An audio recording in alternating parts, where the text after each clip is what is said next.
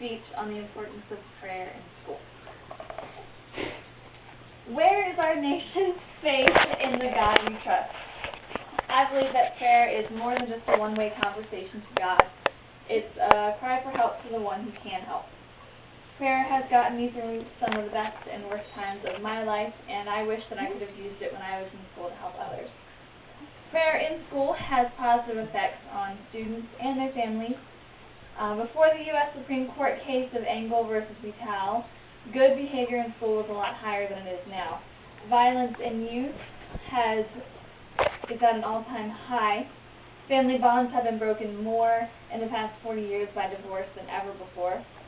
And the Bible itself talks about how prayer is important, and it talks about how teaching children to pray can help them later in life and help us as well. First point is the removal of prayer in schools has had a negative effect on the educational development of students.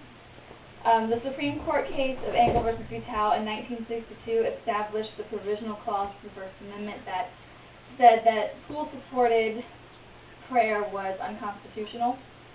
According to InPlainSight.org, SAT scores declined dramatically from 1963 to 1981.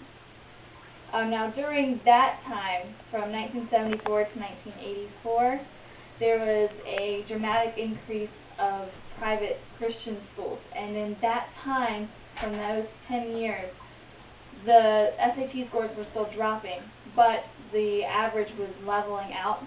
And it was because the Christian schools were actually raising SAT scores higher again. And now the leading SAT scores of students is a 3-to-1 ratio from private schools versus public schools. Acts of violence in American youth have also increased. They've increased 544% since 1963. Good example of that is Columbine in the 90s. Where 15 were dead and 23 were wounded. And then in 2007 with Virginia Tech, where 32 were wounded, or 32 were killed, and 17 were wounded, which makes it the largest mass killing in U.S. history. And then today, the Sandy Hook shooting, where 26 were dead, and 20 of them being kids between the ages of 5 and 10. There's also a picture that I saw on Facebook today that is of a t-shirt, and I thought it fit really well. It says, "Dear God, why do you allow so much violence in our schools? Signed, a concerned student. Dear concerned student, I'm not allowed in schools. God." And so I thought that was a really good way to showcase that. And third point, families have changed ever since prayer has been taken out of school.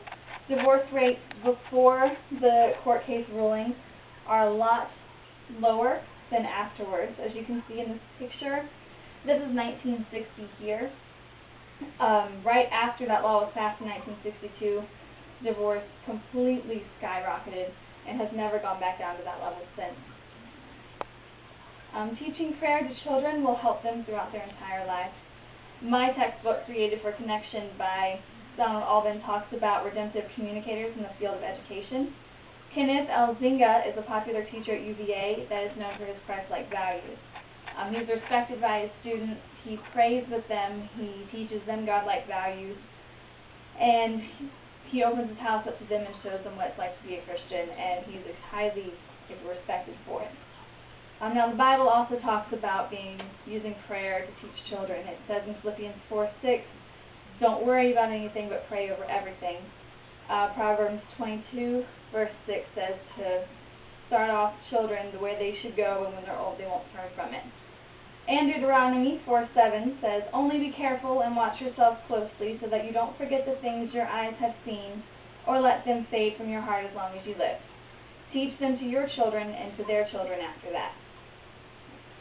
Without prayer in school, SAT scores have declined dramatically, violence has increased tremendously, and divorce rates have increased substantially as well. Now the Bible tells us how we can fix these problems if we would listen to what it has to say.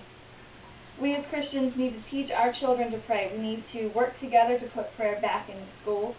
For the sake of our children and our children's children, we need to give them a better tomorrow starting today. So to answer the question, where is our nation's faith in the God we trust? The answer is in prayer, in the teaching of prayer to America's youth. Woohoo!